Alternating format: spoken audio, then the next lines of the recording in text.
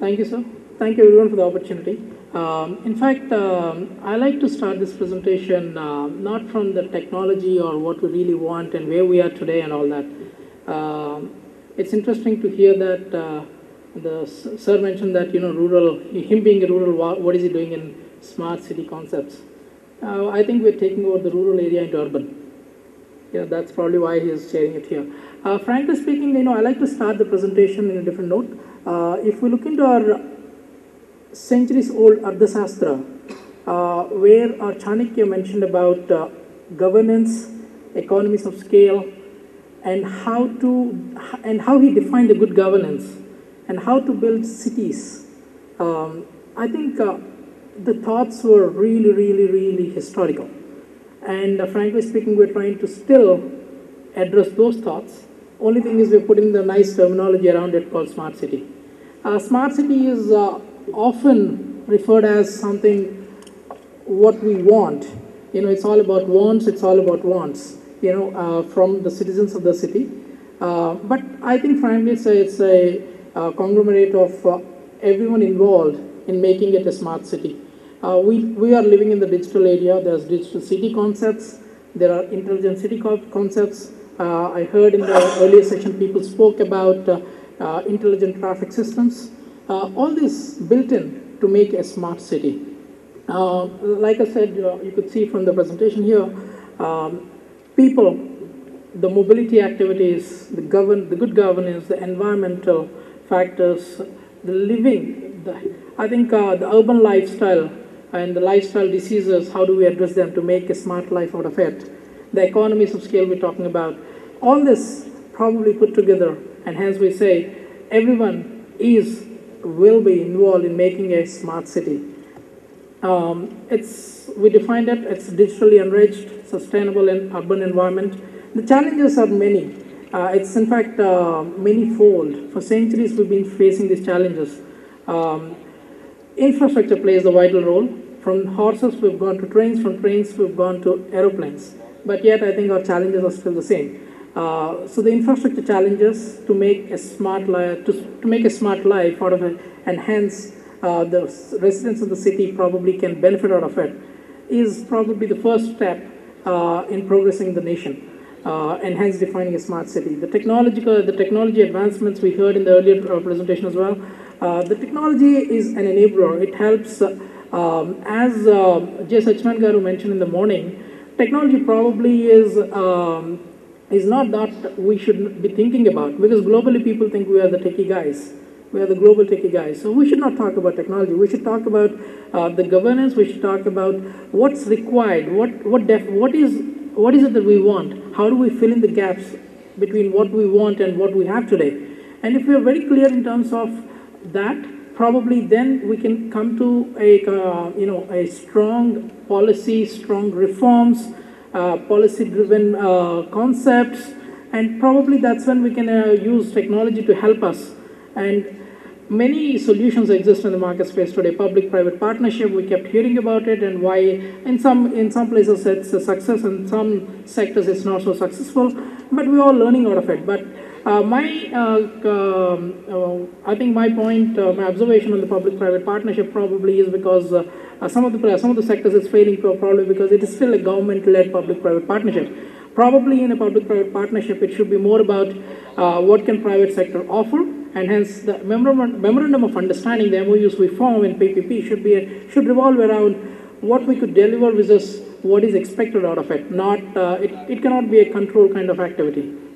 There are many questions people raise. I saw a youngster from Orissa talking about, I want everything today. Can this be done? Why can't this be done? We have so many technologies. Can technology answer my solutions with the Naxalites? Everything we want today, right? But the way to get everything today is to have a strong socio-economic balance. And to have a strong socio-economic balance, the concepts like smart city, the concepts like the mission mode projects earlier speakers have spoken about, the concepts around how IT could enable our missions are all important. And the challenges, like I said, the infrastructure challenges we have, the communication challenges we have, the security, all said and done, whether we should look back in 9/11 or Mumbai attacks, or we keep hearing the attacks happening in Delhi, Bombay, Hyderabad. We're not, right? I think if we look back, probably our understanding of the security is really, really different to the understanding of the security in the global, in the probably the best of the economies elsewhere. But yet the best of the economies elsewhere are still struggling with security. So security, frankly speaking, people are taking it as a process-driven or certain methodology-driven. It should be more of a trust-driven, and hence it can be addressed.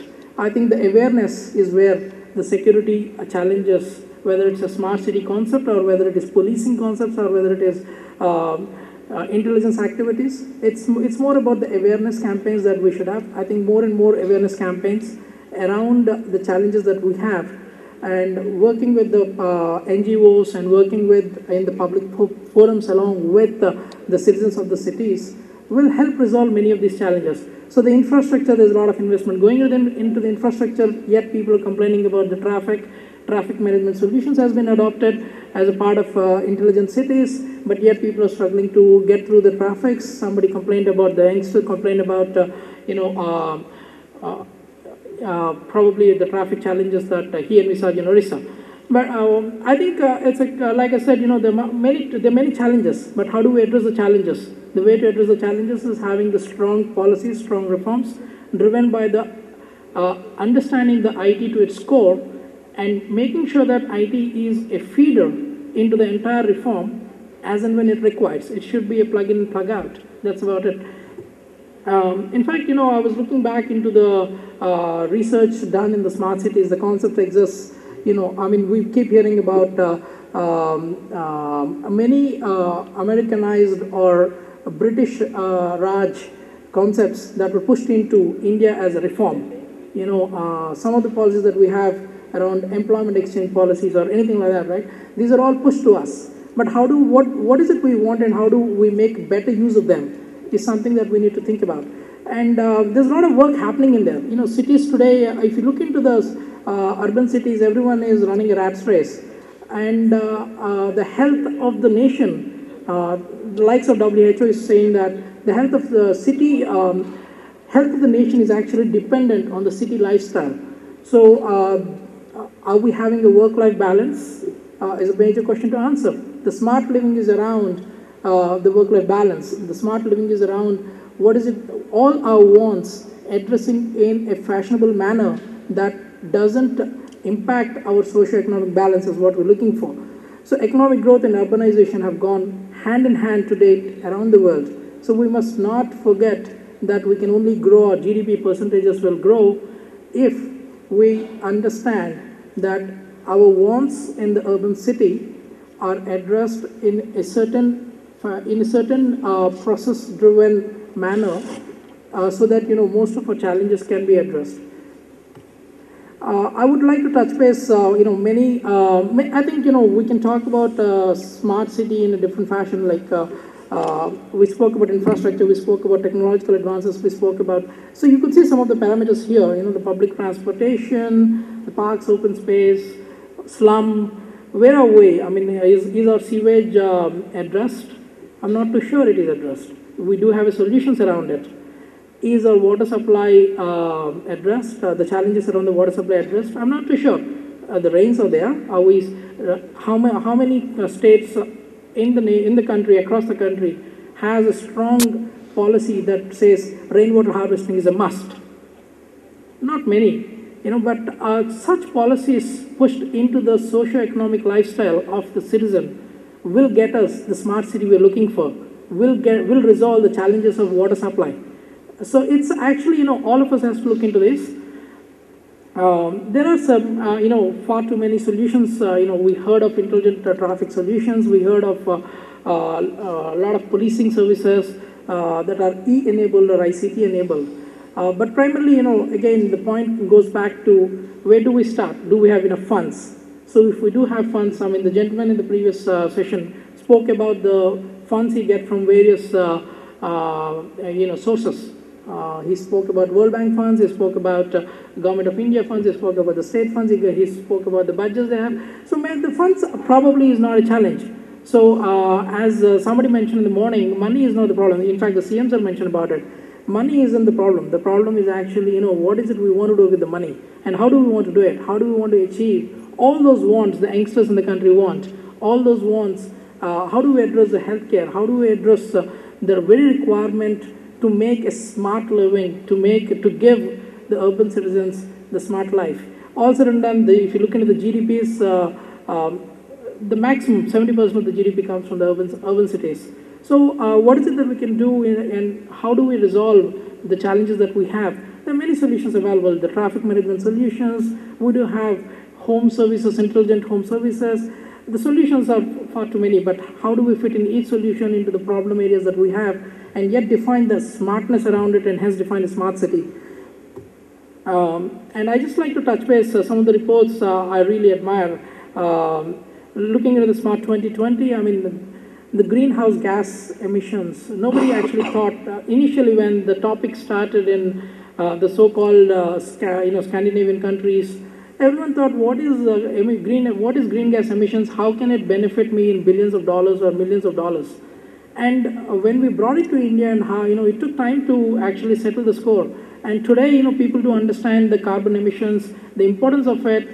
People do understand, I actually recently visited Coimbatore in Tamil Nadu. One of the strongest initiatives they've taken, which is a very simple concept when it comes to smart living, is using the green waste in your house. There is an area I visited in Coimbatore, and the people, what they have actually done is the green waste in their own houses, they put it back into the earth. So they don't need to buy urea or manure here and there. They're producing it at the backyard. And the rainwater harvesting that I spoke about. So some of these initiatives are actually self-driven to make a smart living out of it. So the government push is absolutely important. But ICT enablement, as I mentioned, it will help us. There are many solutions available, as I mentioned. And probably we as IT players would like to see it as IT vision. We always talk about the IT vision lining up with the business vision, whether it is a government entity or a private entity. But then probably sometimes we need to look into what is the government mission and how far it want to reach out to and how do we address those challenges. There are, in fact, since the presentation is revolved around the governance models that exist globally, I thought I'll pull out the Singapore affordable housing. If you actually look at Singapore, 2 decades back, Singapore is a highly corrupted country, maybe 2.5 decades back, or probably close to 3 decades back. How did they address the corruption and where are they today? And why is it a non-corrupt or no corruption country per se? It's probably ICT has enabled quite a bit in their lifestyle. They have implemented ICT solutions across their sectors. And today, as a Singaporean resident, the resident could just sit out of home, like Me Seva. Everything else they do is ICT enabled. So the government to citizen services are primarily, it's pretty easy for citizens to avail those services. So the affordable housing, and today Singapore is one of the fastest growing economies in Asia Pacific. And we very much, most of us probably would know the UK housing, the housing benefits the UK residents get, the social benefits the US has. So these benefits are primarily to help the urban residents. I'm talking about the urban cities, that's what the smart city concepts are about. It's probably to help the residents to understand that, look, don't worry about what your take home is. I'm giving you some social security, but I want you to scale up with I want you to train yourself, scale up your skills, come back and help me in the GDP.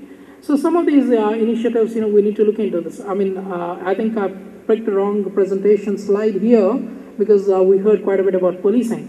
And the CCTNS initiative, I'm pretty excited about the policing initiatives per se. But frankly speaking, the question is, for a smart living, do we have a government-to-government service around many of the services that we are talking about?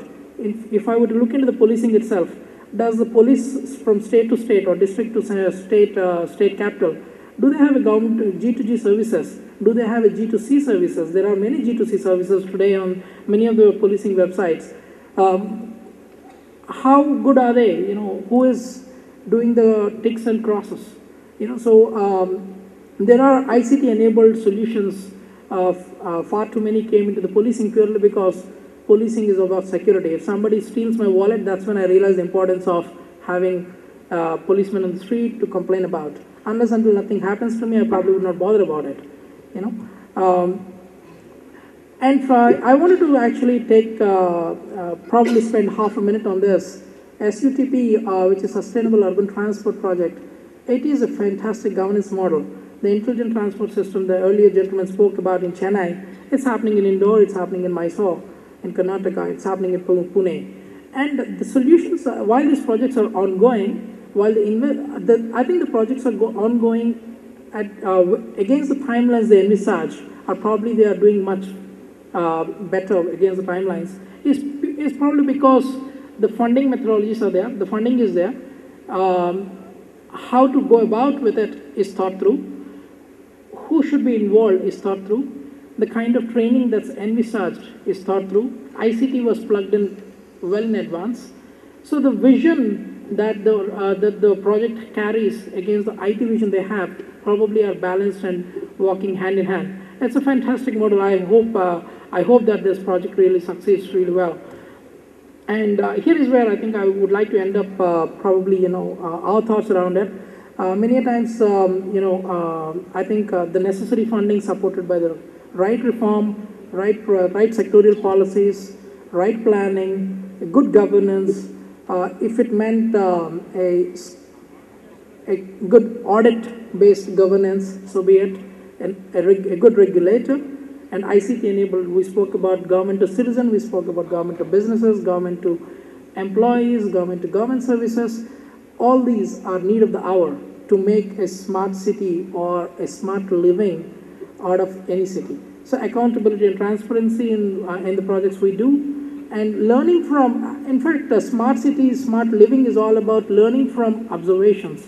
If rainwater harvesting is pushed as a solution in Tamil Nadu, and hence Tamil Nadu is a go green state today, why can't it be done in other states? So we need to think about that. Over here, I think this is where I like to end my presentation. I would like to go again, take back to Chanakya Niti, where Chanakya mentioned about good governance is about having the right set of people, right skilled people with a right policy, driven by a pure audit of those people. While they're good people, good skilled people, but audit them. There is a policy, are we doing the best out of it? So I think that's, with the thought in mind, I like to leave that thought across to everyone here, that, I think the solutions exist. We need to just reutilize the solutions that we have, and hence define the smart city for India, not the smart city that's there elsewhere. We should define it ourselves. Thank you so much.